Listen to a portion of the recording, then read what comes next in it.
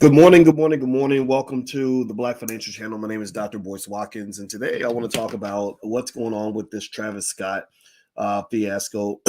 Travis Scott has now reached a total of $2.75 billion in lawsuits from Astroworld. And I know everybody else has kind of stopped talking about it because the internet's attention span is about 30 seconds. But I did an update this morning, and I think that there's some interesting financial lessons that everybody can learn from what they saw with that unfortunate incident at Astroworld. So we're going to break all this down. So get comfortable, buckle up your seatbelt. We're going to get started on the Black Financial Channel right now.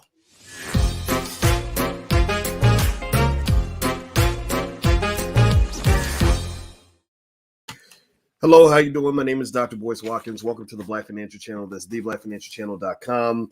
I am your friendly neighborhood finance professor, and on the Black Financial Channel, we talk about Black wealth and Black economics every day. We are obsessed about it. That's why we talk about it all the time, because that's how you become good at something. Also, we believe in the B1 philosophy. B1 means we are Black first. You don't have to be Black to be here, but you have to understand that our goal as Black people is to close the wealth gap by understanding economics as well as we can. And so also a B1 means that we must be one to be successful. So if you agree with the B1 philosophy, put a hashtag B and the number 1 in the chat, hashtag B1. So I see greetings from Denmark. Well, greetings to you also. Actually, I have a family member. Someone in my family is actually from Denmark. It's a white boy that one of the that someone in my family married, and actually he's actually a really nice guy. And so people think, well, what do you think about having a white guy in your family? And I'm like, well, first of all, I can't choose who my relatives marry. But then number two, it's not about being around other people that bothers me. It's when I am forced to submit to you that bothers me, right? So having a white man work for me is not a problem, but when I have to work for him, then that's an issue. So there you go. As long as I get to be the boss, and he knew who the boss was in the family, he's welcome in. He's actually a good dude. So anyway, shout out to Denmark. I plan to go visit at some point in the near future. With that being said, let's talk about the Travis Scott thing. I was interested. I woke up this morning just thinking about whatever, and I decided, I said, what's going on with the Travis Scott thing, right? Because the internet's funny. The internet will remember things for about 2 days. Like you'll be the hottest topic in the world for about 2 days, and then suddenly like people just forget. Like suddenly everything just goes away, right? And I thought about that, and I said, man, we had Travis Scott and all those people that died at the Travis Scott Astroworld concert, right? And then you had and then that went away, right? Then young Dolph dies, right? Guy gets killed, and that's big for about 2 days. And then that kind of goes away.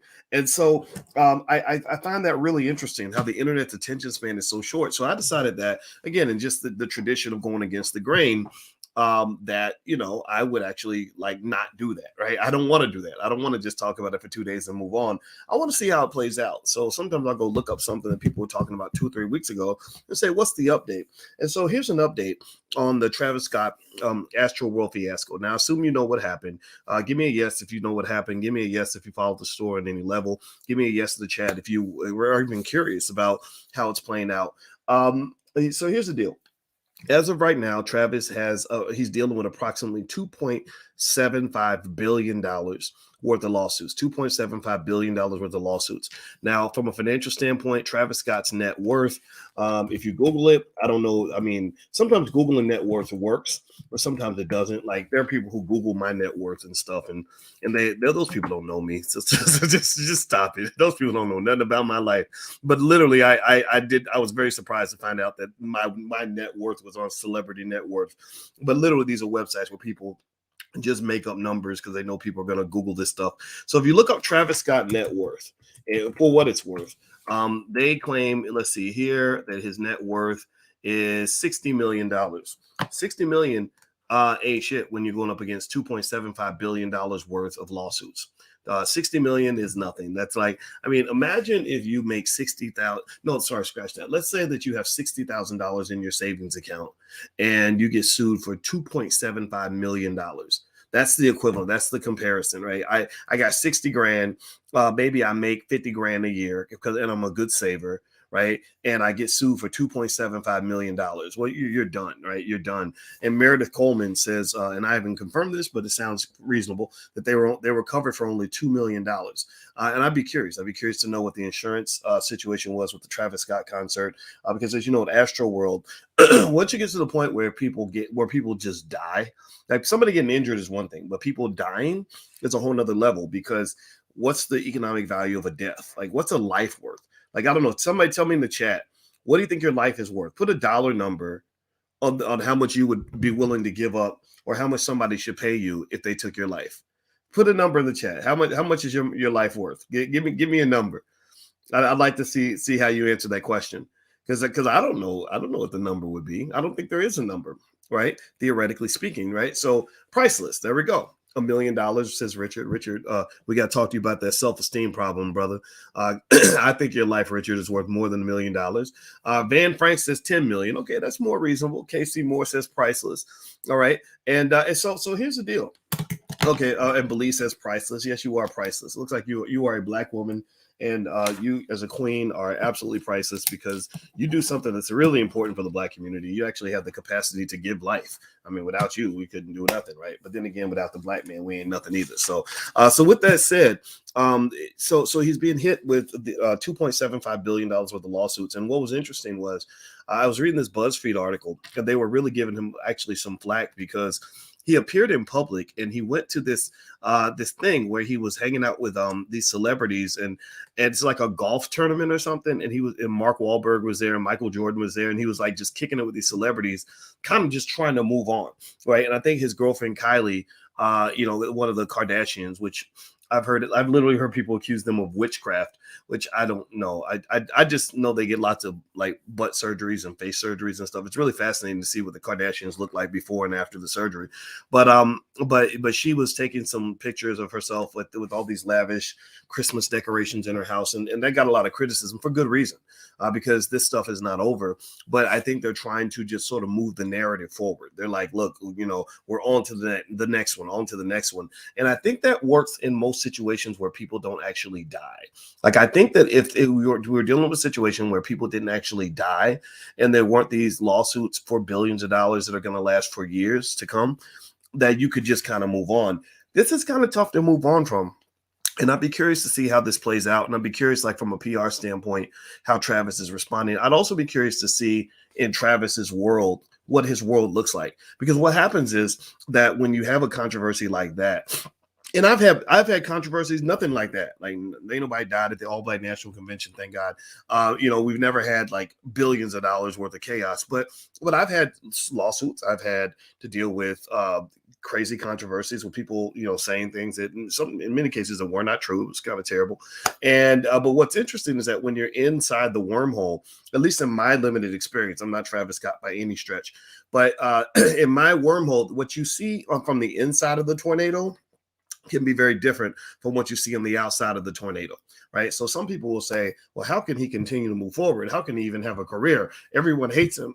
Well, everyone doesn't hate him, right? You don't need everybody. And this is actually something good for you to know if you ever start a business. Everybody, you'll never be at a point where everybody just hates you, right? The question is not whether or not so-called everybody hates you. The question is, does somebody love you? Right? Because the people that love you are the ones who actually support your business. The people that love you are the ones who are actually going to help you pay bills. The people that love you are the ones who are going to be your ride or dies that'll kind of keep things moving forward, even when everyone else hates you. So even if 99.9% of the world hated your guts, remember 0.1% of the total world population. Let me see, there's 7 billion people on the planet. Let's see, 10% of that would be 700 million, 70 million is 1%, 7 million people. So 0.1% of the world population is 7 million people. So imagine that. Imagine if 99.9% of the world hated your guts, but you had 7 million people who loved you enough to give you, I don't know, $100. Well, that's $700 million. You follow what I'm saying? So this is maybe a little business tidbit, a little business game for anybody out here. It's just know it's not about how many people hate you. It's about whether or not you have a few people that love you. The people that love you are going to be the ones that have your back, just like in life, right? Even if everyone hates you, if you got your family and your family has your back, you can still do pretty well with just the family around you. So I think with Travis Scott, I think he's going to actually still have a career, right? I think he's still going to be able to move forward and eventually make money and all that stuff. But I do think that this is going to linger over him like a nasty ass STD. Like I really think this is what I call a financial STD. This is one of those things you can't get rid of. I think Travis is going to be in court for the rest of his life. I think that Travis reminds me of how hip hop in general is such a financially interesting profession. It's interesting because first of all, I thought about hip hop a lot, because I'm a black man first and foremost, and I see what hip hop culture does to the community, right? I talked to you guys yesterday about, excessive drug use and how that's warping the brains of so many young people where they can't accomplish things. Like you can't accomplish a lot if you're a drug addict. It's just hard to do because you're focused on getting high. And it was like, and so with hip hop, I thought about it a lot in terms of like who benefits from it. Where does the money come from? Who pays the money and why? Who owns the media outlets, right? All this other stuff, right? Like you look at BET and you see the BET Awards where they'll throw any piece of shit on stage that they can just to get views and ratings and all that. But if you go to a lot of the concerts, like you go to Astroworld, most of the audience is pretty white. Doesn't mean that there aren't black people spattered in there, but it's mostly white people. When I went to Houston for Willie D's event, Willie D from the Ghetto Boys, he's a friend of mine. I remember I bumped into a bunch of white kids who were all headed to Astroworld. That was my first time hearing about it. It was 2019, and they were real excited, and they didn't look like, they didn't look like they were from the hood. They looked like they came from college, So a lot of times with hip hop, it's really interesting because there's a lot of money floating around. It was an industry created by black people where the wealth was taken by other people who actually were able to monetize our talent in a more effective way. The audience is primarily white, which is why, like even if all the black people said we're going to stop buying certain hip hop, it's not going to change anything because it doesn't matter what you're buying. It matters what they're buying, right? So white people like those stories. They like the same way my father and I were watching The Godfather. Like we don't want to hear about regular Italian people doing regular stuff. We want to hear about the mafioso gangster types who are forming mafia families and going around killing people. That's the interesting story. That's the one that sells, right? Well, whereas there are Italian people, and I became sensitive to this when I watched The Sopranos one time, right? Again, feeding into the stereotype.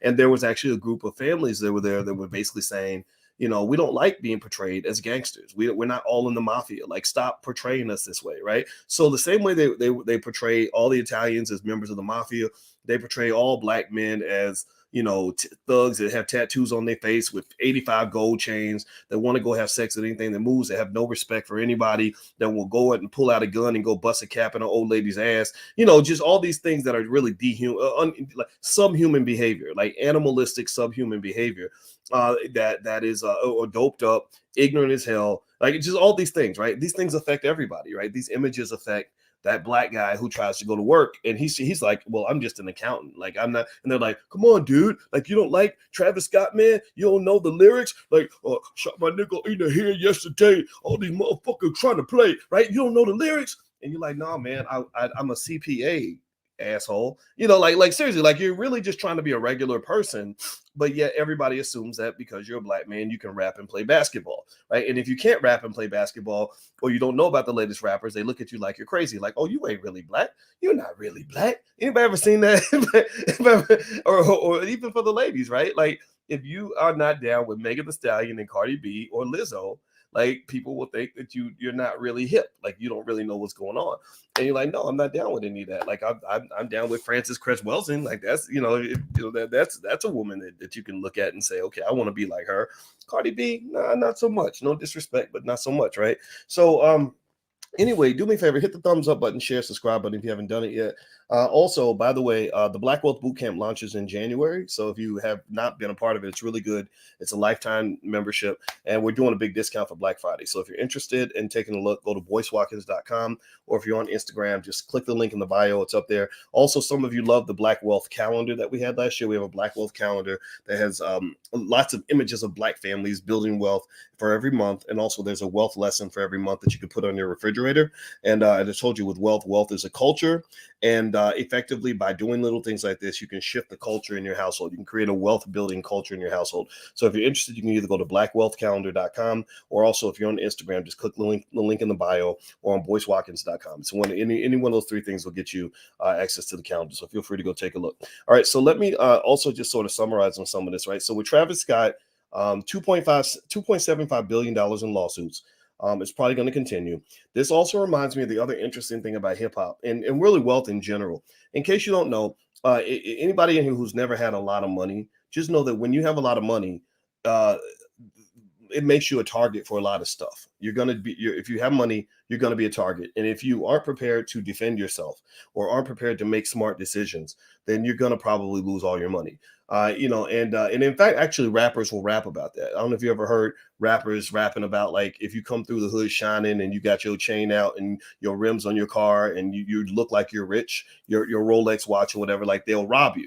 Right? You become a target because you've got resources, right? Anything that has resources becomes a target. In China, the way they say it is they say the fattest pig will always get slaughtered. So one thing I learned about sort of having more money is you don't want to walk around like you're the fattest pig, because basically you're going around telling everybody to test your gangster. And speaking of test your gangster, that was actually the name of a tour that Tekashi 6ix9ine had. Tekashi 6ix9ine is this rapper with all this shit on his face. He's trying to get attention. He's like such a weirdo. But anyway, he had a tour, and I remember listening to the the title of his tour, and it was called Test My Gangster. And I said, why would you ever have a tour where you're literally in a gangster culture where people die every day? 200 rappers have died this year, 200 rappers. I said, why would you ever call your tour Test My Gangster? Like, wow, you really must have studied for that test. Like, you really must be ready to pass that. Like, that's a hell of a test. That's a real tough. That's harder than the bar exam, right? And it was called Test My Gangster, which to me means you're going to pull all these people out of the woodwork who are maybe real gangsters that are going to cause you some real problems. And the difference between you and a regular guy is a regular guy who's on the street, who's thugging out, he's got nothing to lose. That's why he's thugging out. He's got nothing to lose. But you have a lot to lose. You've got millions of dollars on the line. You've got people that you're feeding. You've got a whole community that needs you to, needs your financial support. Like, typically that's what happens. You build this entourage of people around you that depend on you. So this, even just that basic idea of saying test my gangster, is from a risk standpoint a very awkward thing to say. I feel like Tupac had that approach, and you saw what happened with him. I think with Young Dolph, when I saw him, I was kind of like, huh, you got a lot of people out there trying to collect debts on you, so to speak, if you know what I mean. A lot of people trying to settle scores. I don't know if I'd be getting out of my bulletproof vehicle to go get some cookies, right? I think I would probably do DoorDash or something like that, right? Uber Eats, whatever. I'm sure somebody would drive down and go get you some cookies, man. You stay at the crib, I'm gonna go get you some cookies, right? That's what they do with the president of the United States.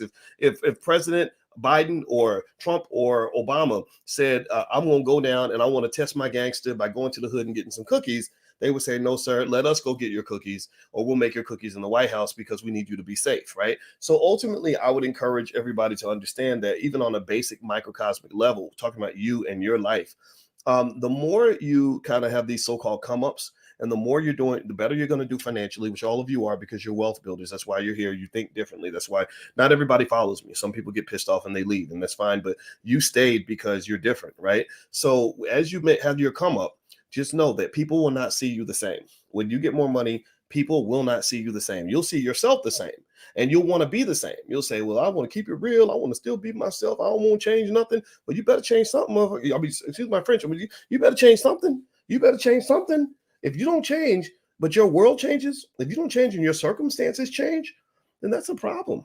That's a problem. If I go to church in the morning and I play for the Buffalo Bills and I'm gonna be in a football game, if I'm at church at 10 o'clock and I'm on the football field at 2 o'clock, I better change my uniform.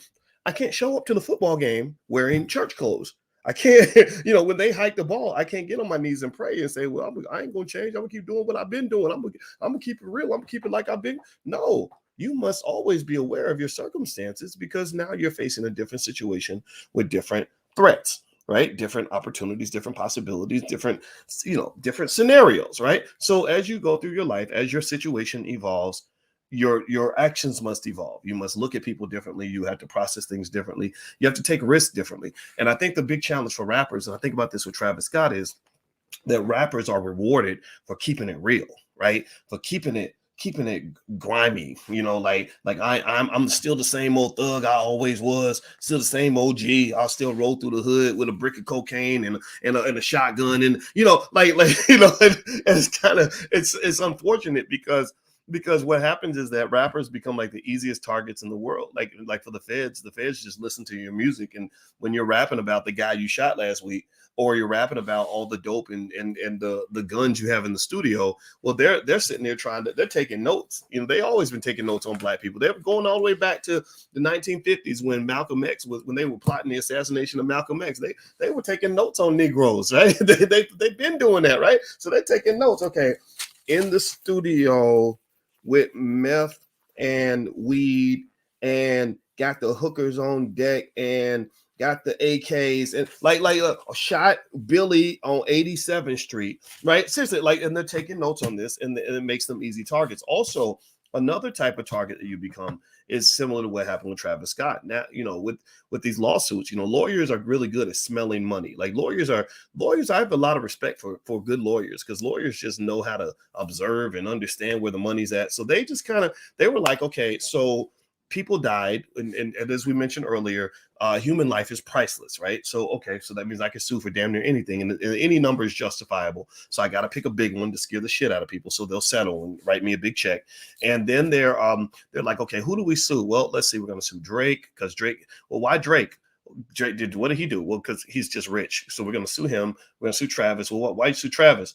Well, because he's rich. We're going to sue Live Nation. We're going to sue NRG. We're going to sue every single person that was involved in this concert on any level, because they have money, right? And so, so being a target is one of those things where if you don't understand that dynamic, then you're going to have a problem. And I think that what's interesting too with Travis Scott is I think that he's going to have some problems with the fact that he's almost rappers are they get a lot of credibility for acting oblivious, like they just don't care about nothing.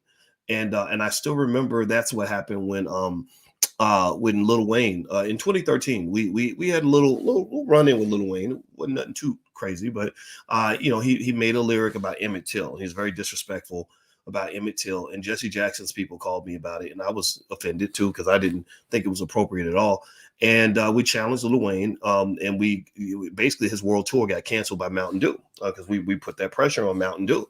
And what I noticed was that the whole persona of some rappers is built on this whole, like, I don't give a damn about nothing, because I'm, all I care about is what's in my cup and hitting my weed and my women. And I'm just like if you look at Travis Scott's pictures, every picture he does, he's kind of like, like this, like kind of like not even looking at the camera, like I ain't got, like I'm too famous to give a damn what you think.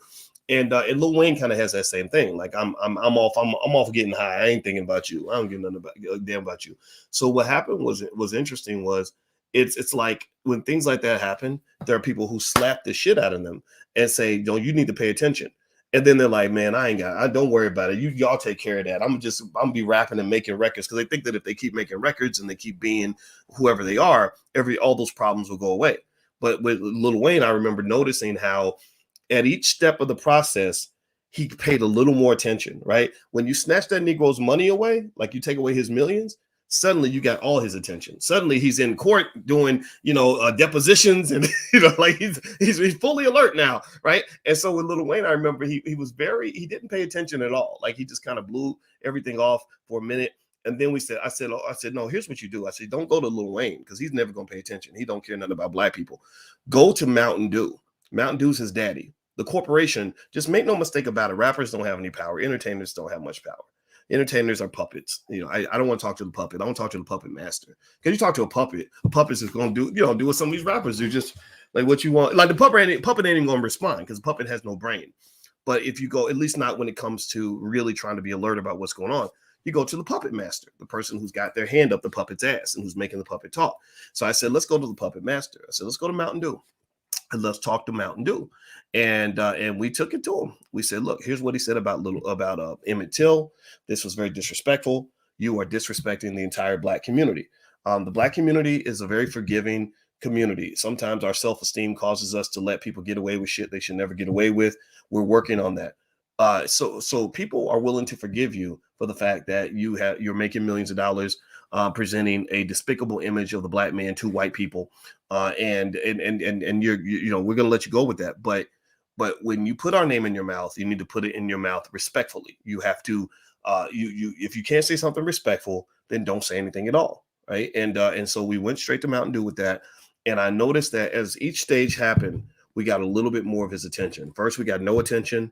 Then we got this stupid apology that was really stupid. No, actually, first the next stage was we got an apology from Epic Records, because Epic Records had executives there that were like, okay, we see the severity of the situation. This is not appropriate. They took the lyric out of the song or whatever.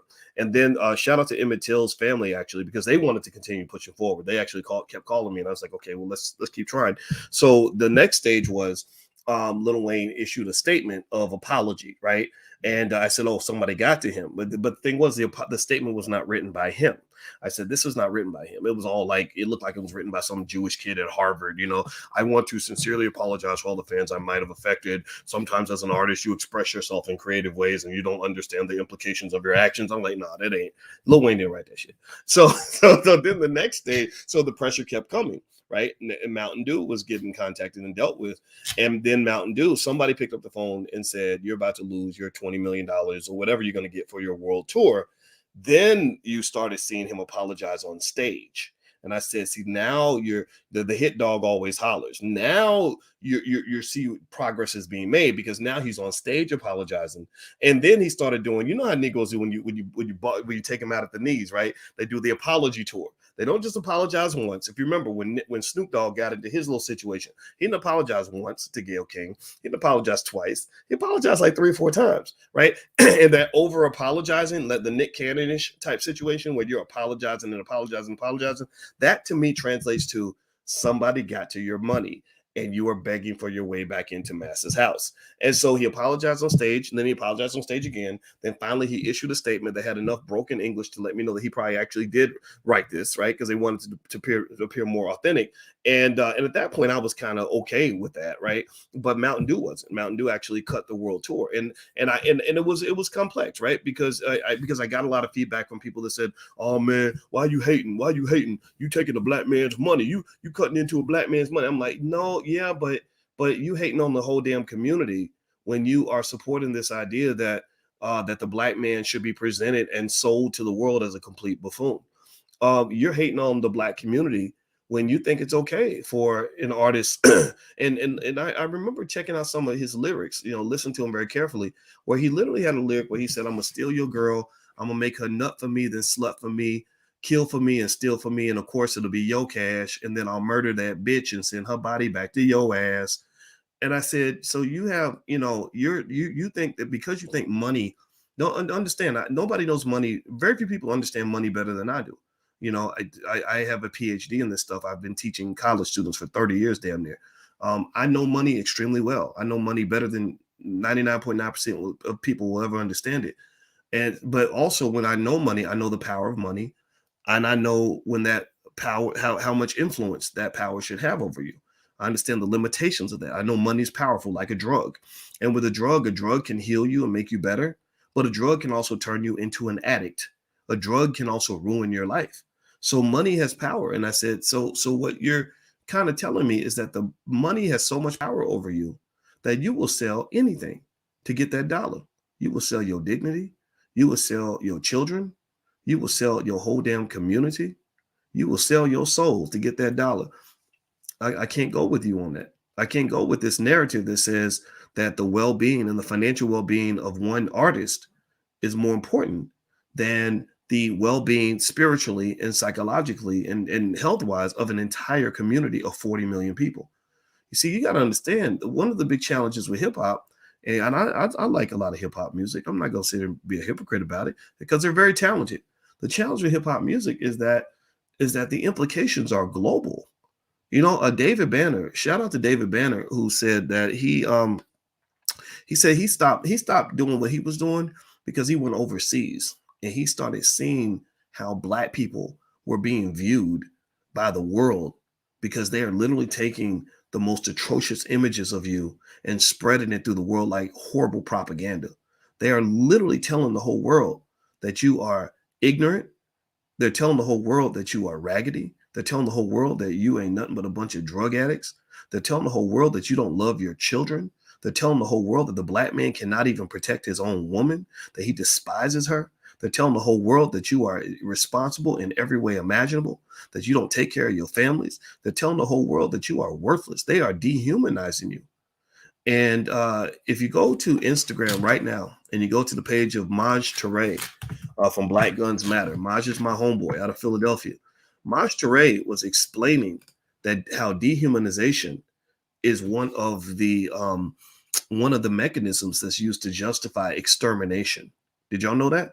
That when they start to dehumanize you, when they start to present you as just less than human, they start putting you in the same category as an animal.